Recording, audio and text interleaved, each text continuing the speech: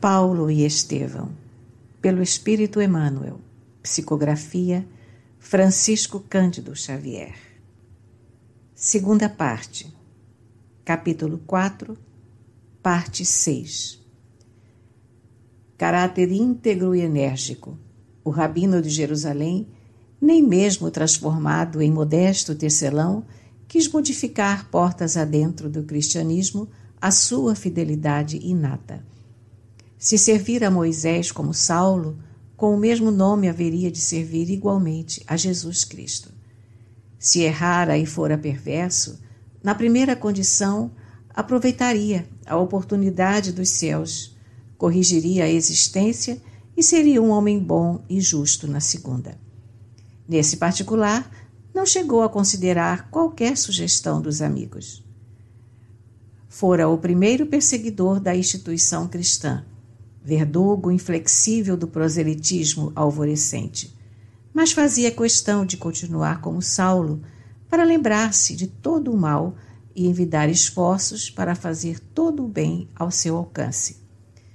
Mas, naquele instante, a lembrança de Estevão falava-lhe brandamente ao coração. Ele fora o seu maior exemplo para a marcha espiritual. Era o Gesiel bem-amado de Abigail. Para procurá-lo, ambos se haviam prometido ir sem vacilações, fosse aonde fosse. Os dois irmãos de Corinto estavam vivos, de tal modo em sua alma sensível, que não era possível apagar na memória os mínimos fatos de sua vida.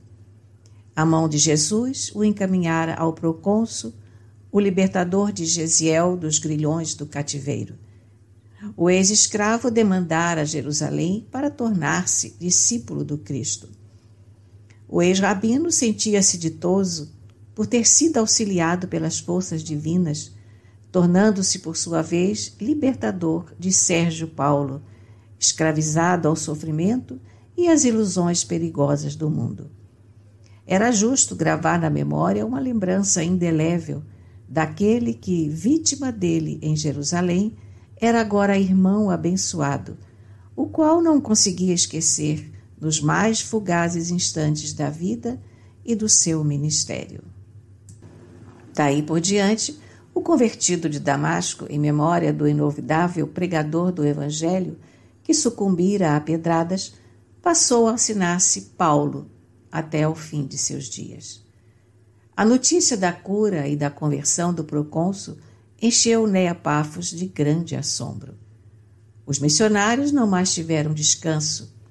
Embora o protesto quase apagado dos israelitas, a comunidade cresceu extraordinariamente.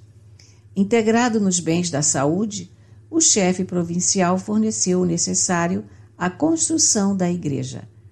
O movimento era extraordinário, e os dois mensageiros do Evangelho não cessavam de render graças a Deus. O triunfo cercava-os de profunda consideração, quando Paulo foi procurado por Bar Jesus, que lhe solicitava uma palavra confidencial.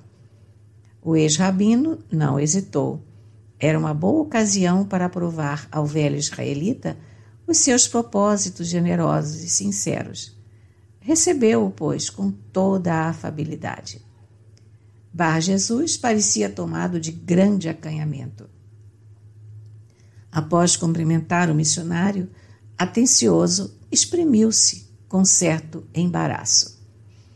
Afinal, precisava desfazer o mal-entendido no caso do procônsul. Ninguém mais do que eu desejava tanto a saúde do enfermo e, por conseguinte, ninguém mais agradecido à vossa intervenção, libertando-o de enfermidade tão dolorosa. Sou muito grato ao vosso parecer e regozijo-me com a vossa compreensão, disse Paulo com gentileza. Entretanto, o visitante vacilava se devia ou não expor seus objetivos mais íntimos. Atento às reticências, sem presumir-lhes a causa, o ex-rabino adiantou-se benévolo. Que desejais dizer? Com franqueza, nada de cerimônias. Acontece, retrucou o mais animado, que venho afagando a ideia de consultar-vos a respeito dos vossos dons espirituais. Penso que não haverá maior tesouro para triunfar na vida. Paulo estava confundido, sem saber que rumo tomaria a conversação. Mas, focando o ponto mais delicado da pretensão, Bar Jesus continuou: quanto ganhais no vosso ministério? Ganho a misericórdia de Deus, disse o missionário, compreendendo então todo o alcance daquela visita inesperada. Vivo do meu trabalho de tecelagem e não seria lícito mercadejar com o que pertence ao Pai que está nos céus. É quase incrível, murmurou o mago, arregalando os olhos. Eu estava convicto de que trazíeis convosco certos talismãs que me dispunha a comprar por qualquer preço. E enquanto o ex-rabino o contemplava cheio de comiseração pela sua ignorância, o visitante prosseguiu: mas será crível que façais semelhantes obras sem contribuição de sortilégios? O missionário fixou-o mais atento e murmurou: só conheço um sortilégio eficiente. Qual é? Interrogou o mago, de olhar faiscante e cobiçoso. É o da fé em Deus, com sacrifício de nós mesmos. O velho israelita demonstrou não entender toda a significação daquelas palavras, objetando: sim, mas a vida tem suas necessidades urgentes. É indispensável prever e amealhar recursos. Paulo pensou 1 minuto e disse: de mim mesmo, nada tenho com que vos esclarecer. Mas Deus tem sempre uma resposta para nossas preocupações mais simples. Consultemos suas eternas verdades. Vejamos qual a mensagem destinada ao vosso coração. Ia abrir o Evangelho, conforme seu costume, quando o visitante observou: nada conheço desse livro. Para mim, portanto, não poderá trazer advertência alguma. O missionário compreendeu a relutância e acrescentou: que conheceis, então? Moisés e os profetas. Tomou do rolo de pergaminhos, onde se podia ler a lei mitiga, e o deu ao velho malicioso, para que o abrisse em alguma sentença ao acaso, segundo os hábitos da época. No entanto, Bar Jesus, com evidente má vontade, acrescentou: só leio os profetas de joelhos. Podeis ler como quiserdes, porque o ato de compreender é o que nos interessa, antes de tudo. Assinalando suas presunções farisaicas, o charlatão ajoelhou-se e abriu solenemente o texto, sob o olhar sereno e perquiridor do ex-rabino. O velho israelita fez-se pálido.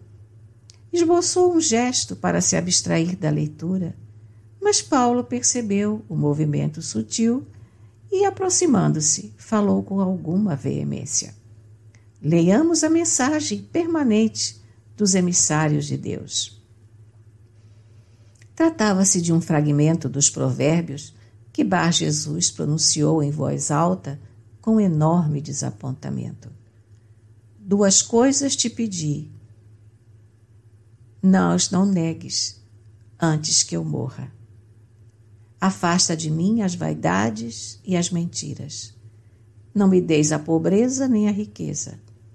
Concede-me apenas o alimento de que necessito, para não acontecer que, estando farto, eu te negue e pergunte: quem é Jeová?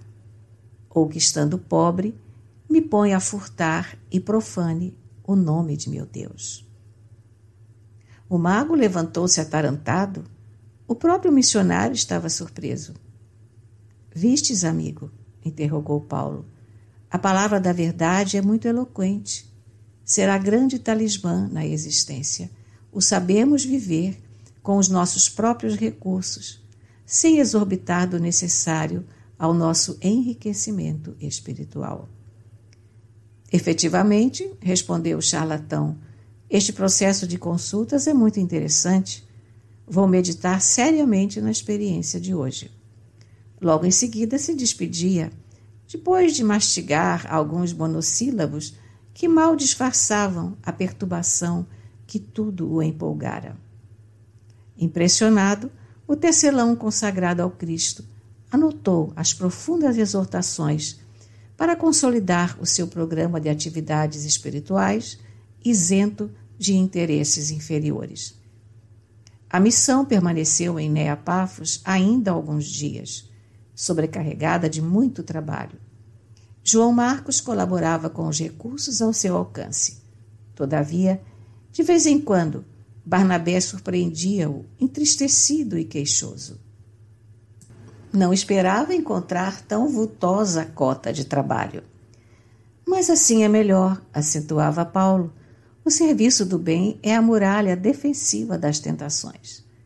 O rapaz conformava-se, contudo, sua contrariedade era evidente.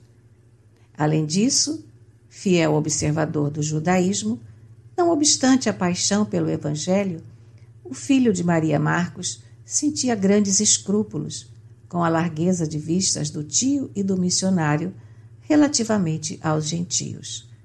Desejava servir a Jesus, sim, de todo o coração, mas não podia distanciar o mestre das tradições do berço.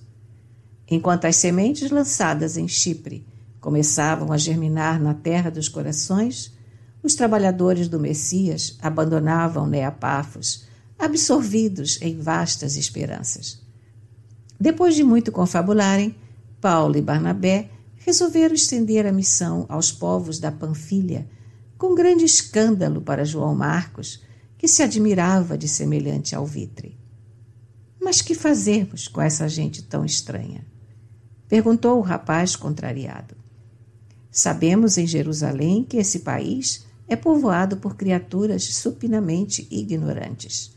E, ao demais, que ali existem ladrões por toda parte. No entanto, obtemperou Paulo convicto. Penso que devemos procurar a região justamente por isso. Para outros, uma viagem a Alexandria pode oferecer maior interesse. Mas todos esses grandes centros estão cheios de mestres da palavra. Possuem sinagogas importantes, conhecimentos elevados, grandes expoentes de ciência e riqueza. Se não servem a Deus, é por má vontade ou endurecimento de coração. A Panfilha, ao contrário, é muito pobre, rudimentar e carecente de luz espiritual. Antes de ensinar em Jerusalém, o mestre preferiu manifestar-se em Cafarnaum e noutras aldeias quase anônimas da Galileia. Ante o argumento irretorquível, João absteve-se de insistir. Dentro de poucos dias, singela embarcação deixava-os em Atália, onde Paulo e Barnabé encontraram singular encanto nas paisagens que circundavam o Cestro. Nessa localidade muito pobre, pregaram a boa nova ao ar livre, com êxito imenso. Observando no companheiro um traço superior, Barnabé como que entregara a chefia do movimento ao ex-rabino, cuja palavra, então, sabia despertar encantadores arrebatamentos. O povo simples acolheu a pregação de Paulo com profundo interesse. Ele falava de Jesus como de um príncipe celestial que visitara o mundo e fora esperar os súditos amados na esfera da glorificação espiritual.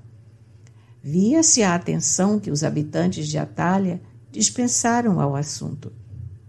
Alguns pediram cópias das lições do Evangelho, outros procuravam obsequiar os mensageiros do Mestre com o que possuíam de melhor. Muito comovidos, recebiam as carinhosas dádivas dos novos amigos, que quase sempre se constituíam em pratos de pão, laranjas ou peixe. A permanência na localidade trouxera novos problemas. Era indispensável alguma atividade culinária. Barnabé, delicadamente, designou o sobrinho para o mister, mas o rapaz não conseguia disfarçar a contrariedade. Notando-lhe o constrangimento, Paulo adiantou-se pressuroso. Não nos impressionemos com os problemas naturais. Procuremos restringir doravante as necessidades e gostos alimentares. Comeremos apenas pão, frutas, mel e peixe. Destarte, o trabalho de cozinha ficará simplificado e reduzido à preparação dos peixes assados, no que tenho grande prática desde o meu retiro lá no Tauro. Que João não se amofine com o problema, pois é justo que essa parte fique a meu cargo. Não obstante a atitude generosa de Paulo, o rapaz continuou acabrunhado. Em breve, a missão alugava um barco, largando-se para Perge. Nesta cidade, de regular importância para a região em que se localizava, anunciaram o Evangelho com imensa dedicação. Na pequena sinagoga, encheram o sábado de grande movimento. Alguns judeus e numerosos gentios, na maioria gente pobre e simples, acolheram os missionários cheios de júbilo. As notícias do Cristo despertaram singular curiosidade e encantamento. O modesto pardieiro, alugado por Barnabé, ficava repleto de criaturas ansiosas por obter cópia das anotações de Levi. Paulo regozijava-se. Experimentava alegria indefinível ao contato daqueles corações humildes e simples que lhe davam ao espírito cansado de casuística a doce impressão de virgindade espiritual. Alguns indagavam da posição de Jesus na hierarquia dos deuses do paganismo. Outros desejavam saber a razão por que haviam crucificado o Messias sem consideração aos seus elevados títulos como mensageiro do Eterno. A região estava cheia de superstições e crendices. A cultura judaica restringia-se ao ambiente fechado das sinagogas. A missão, não obstante consagrar seu maior esforço aos israelitas, pregando no círculo dos que seguiam a lei de Moisés, interessara as camadas mais obscuras do povo, em razão das curas e do convite amoroso ao Evangelho, movimento esse no qual os trabalhadores de Jesus punham todo o seu empenho.